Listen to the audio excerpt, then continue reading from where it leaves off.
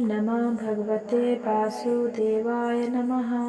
आज हम श्रीमद् भगवत गीता का 18वां अध्याय पढ़ेंगे। सुनकर गीता ज्ञान को बोला अर्जुन वीर, सत्य कहूँ घनश्याम जी, उपजी मन में धीर।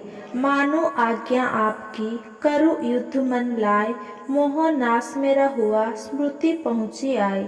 धन्य आप हो यदुपते, कृपा आपने कीन, किया अनुग्रह दास पर, संशय किया खीन।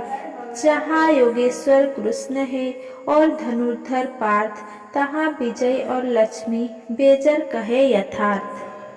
18वां अध्याय। अर्जुन ने पूछा, हे केशव, मैं संन्यास एवं त्याग का तत्व पृथक पृथक जानने की इच्छा करता हूँ। श्री कृष्ण बोले, हे पार्थ, कामना वाले कर्मों के त्याग को ज्ञानी लोग संन्यास मानते हैं और अज्ञानी पुरुष फल के त्याग को त्याग कहते हैं। कोई पंडित कर्म को दोषयुक्त जानकर त्यागना ठीक कहते हैं, कोई यज्ञ दान तपादि कर्मों को छोड़ने योग्य बताते हैं। हे भारत, त्याग के विषय में मेरा ऐसा मत है कि त्याग 3 प्रकार के हैं। यज्ञ दान तप आदि कर्मों को नहीं त्यागना चाहिए, क्योंकि ये तीनों ज्ञानियों को भी पवित्र करते हैं। ये सब कर्म आसक्ति और फल को त्याग कर करने चाहिए। मेरा निश्चय मन यही है जो सर्वोत्तम है। अपने नियमित कर्मों का त्यागना उचित नहीं। यदि मोहवश ऐसा किया जाए तो वो तामस त्याग है। कर्म दुखप्रद है, यह विचार कर एवं शरीर के क्लेश के भय से जो त्यागता है उसे त्याग का फल नहीं मिलता। यह राजस त्याग कहलाता है। हे अर्जुन, अपना नियमित कर्म अवश्य करने योग्य है। फल तथा आसक्ति को त्याग कर जो कर्म किया जाता है वो सात्विक कर्म है। जो दुखदायक कर्म से द्वेष नहीं करता तथा सुखदायक कर्म से प्रीति नहीं करता, वो त्यागी, सत्यशील, बुद्धिमान तथा मुक्ति के योग्य है। देहधारी संपूर्ण कर्मों का त्याग नहीं कर सकता। कर्म फल त्याग कर कर्म करने वाला त्यागी है। काम फल 3 प्रकार के हैं, अनिष्ट, इष्ट एवं मित्र। जो त्याग नहीं करते उनको ये मानने के बाद मिलते हैं और त्यागियों को नहीं मिलते। हे महाबाहो, संपूर्ण कर्मों की सिद्धि के लिए 5 कारण सांख्य शास्त्रों में कहे हैं, उनको सुनो। शरीर कर्ता यानी आत्मा, साधन यानी इंद्रिय, पृथक पृथक चेष्टाओं और देव शरीर, वाणी एवं मन से जो भला बुरा कार्य किया जाता है उसके ये 5 कारण हैं। ऐसे होने पर भी जो केवल आत्मा को ही कर्ता जानता है, वो दुर्मति कुछ नहीं जानता। तो ये है जिसको यह अहंकार नहीं कि मैं करता हूँ और जिसकी बुद्धि कर्मों में लिप्त नहीं है, वो मनुष्य प्राणियों को मारकर भी उनको नहीं मारता और उनमें नहीं बनता। ज्ञान, ज्ञेय और ज्ञाता ये तीनों ही कर्मों के प्रेरक है। कारण, कर्म और कर्ता ये तीनों कर्म के साधन है। सांख्य शास्त्र में ज्ञान, कर्म और कर्ता ये सात्विक गुणों के भेद 3 प्रकार के हैं। इनको भी सुनो। जो भिन्न भिन्न प्राणियों में एक अविनाशी अभिव्यक्त सत्ता को देखता है, वो ज्ञान सात्विक कहलाता है। जिस ज्ञान से प्राणियों में नाना प्रकार की सत्ताएं दिखाई देती है, उसको राजस ज्ञान जानो। ऐसा ज्ञान जिससे बिना कारण और सर्वार्थ के जाने एक ही कार्य में लगा रहे, वो अल्प और तामस है। फल की इच्छा ना करके जो नित्य कर्म स्वसंग द्वेष को त्याग कर किया जाता है, जो फल की इच्छा एवं अहंकार से बड़े यत्न से किया जाता है, वो राजस कर्म है। जो कर्म परिणाम, धन का खर्च, दूसरों की पीड़ा और अपना पुरुषार्थ ना जानकर वो बस किया जाता है, वो तामस कर्म कहलाता है। संग से रहित, अहंकार धैर्य और उत्साह युक्त सिद्ध और असिद्धि में समान रहता है, वो सात्विक कर्म कहलाता है। गुण की तरह बुद्धि और धर्म के भी 3 भेद है, सुनो। बुद्धि प्रवृत्ति, निवृत्ति, कर्तव्य, अकर्तव्य, भय, अभय और बंधनों मोक्ष को जानता है, वो सात्विकी है। हे पार्थ, जिससे धर्म अधर्म और कर्तव्य अकर्तव्य का ठीक निश्चय नहीं होता, वो राजसी है। जिस अज्ञान से बुद्धि करके मनुष्य अधर्म को धर्म मानता है, वो तामसी है। कथा प्रसंग से फल की इच्छा करता है। जो धर्म अर्थ काम को धारण करता है वो राजसी वृत्ति है। जो मूर्ख निद्रा भय शोक विषाद एवं मद को नहीं त्यागता तामसी वृत्ति है। अब तीनों प्रकार के सुखों को सुनो। जिसका योगाभ्यास में चित्त रहता है दुख का अंत हो जाता है। ऐसा सुख सात्विक है जो आरंभ में विष के समान और अंत में अमृत के तुल्य होता है।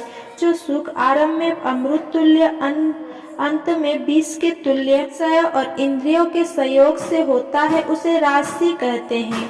सुख आदि और अंत दोनों में मनुष्य को मोह में फंसाता है और जो आत्म तथा प्रमाद से उत्पन्न होता है वो तामस है। दम तप पवित्रता क्षमा नम्रता ज्ञान अनुभव और परलोक में श्रद्धा ये ब्राह्मणों के स्वाभाविक सिद्ध कर्म है। बहादुरी तेजस्विता धैर्य चतुराई युद्ध में स्थिरता उदारता और प्रभुता ये क्षेत्रियों के स्वाभाविक कर्म है। खेती गौ रक्षा आदि वैश्यों के स्वाभाविक कर्म है। जो लोग अपने अपने गुणों और पवित्र प्रवृत्तियों के अनुसार कर्म करते हैं उनको सिद्धि प्राप्त होती है। और जिसने सब जगत का विस्तार किया है उस ईश्वर को अपने कर्मों के द्वारा आराधना करके मनुष्य सिद्धि को पाता है। दूसरे के उत्तम कर्म से अपना निज कर्म ही श्रेष्ठ है। स्वाभाविक कर्म करने से पाप नहीं लगता। सर्वत्र आसक्ति को छोड़ने वाला आत्मा जीतने वाला इच्छा रहित मनुष्य संन्यास के द्वारा सर्व कर्म निवृत्ति रूप परम सिद्धि को पाता है। वो फिर कैसे ब्रह्मा प्राप्त होता है सो मुझसे सुनो। यही इस ज्ञान की परानिष्ठा है। शुद्ध बुद्धि से युक्त होकर त्रुटि द्वारा इस मन को बस में लाकर शब्दादि विषयों को छोड़कर राग द्वेष से रहित होकर एकांत में रहने वाला मिताहारी वाणी और मन को जीतने वाला नित्य ध्यान युक्त और वैराग्यमान अहंकार बल घमंड काम क्रोध तथा परिग्रह छोड़कर ममताहीन और शांत मनुष्य ब्रह्मा भाव के योग्य होता है। व्रत को प्राप्त हुआ पुरुष तच्चित होकर शोक और अभिलाषा को नहीं करता और जीव मात्र से समदर्शी होकर मुझ में परम भक्ति पाता है।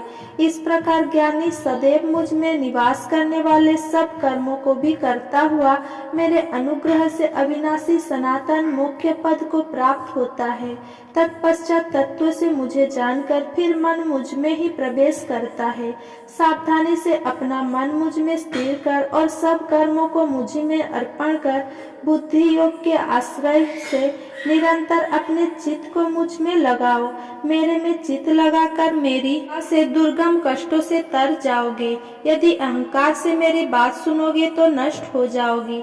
यदि अहंकार का आश्रय लेकर युद्ध नहीं करूंगा ऐसा मानते हो तो ये तुम्हारा निश्चय झूठा है, क्योंकि स्वभाव तुम्हें युद्ध करवाएगा। हे कैंतय, जिस कर्म को तू अब मोह से करना चाहता है उसे अपने स्वाभाविक कर्म से बंधा हुआ बेबस होकर करेगा। हे अर्जुन, जीवों के हृदय में स्थिर ईश्वर इनको माया से भ्रमा रहा है, मानो सब यत्न पर चढ़े हैं। हे भारत, सब भावों में उसकी कृपा से परम शांति एवं मुक्ति को पाओगी। ये गूढ़ ज्ञान मैंने तुमसे कहा है, इसे भली भांति विचार कर वह जैसा चाहते हो वैसा ही करो। अब तू सबसे गूढ़ वचन भी सुनो, क्योंकि तू मेरा परम मित्र है। इससे तेरे हित की कहूँगा। मेरे में मन लगाओ, मेरे ही भक्त हो, मेरा यज्ञ करो और मेरा ही नाम जपो। सब धर्मों को छोड़कर मेरी शरण में आओ, मैं तुम्हें सब पापों से छुड़ा दूंगा। ये मेरा रहस्य ऐसे पुरुष से जो तप ना करता, मेरा भक्त ना हो, कभी भी ना कहना चाहिए। जो इस परम गुप्त ज्ञान को मेरे भक्त में प्रकट करेगा वो मेरी परम भक्ति को पाकर अंत में निश्चय ही मुझ में ही लीन हो जाएगा। इस संवाद को जो कोई पढ़ेगा उसे मैं समझूंगा कि उसने ज्ञान यज्ञ से मेरी पूजा की। जो श्रद्धावान पुरुष दोष ढूंढे बिना इसको सुनेगा वो भी मुक्त होकर पुण्यात्माओं को मिलने वाले शुभ लोकों को प्राप्त होगा। हे पार्थ, तुमने एकाग्र चित्त से मेरे कहे हुए उपदेश को सुना या नहीं? हे धनंजय, तुम्हारा अज्ञान से उत्पन्न हुआ मोह नष्ट हुआ या नहीं? अर्जुन ने कहा, हे भगवान, आपकी कृपा से मेरा मोह नष्ट हो गया और स्मृति हुई। अब मैं निसंदेह आपकी आज्ञा पर स्थिर हूँ और जैसा आपने कहा है मैं वैसा ही करूँगा।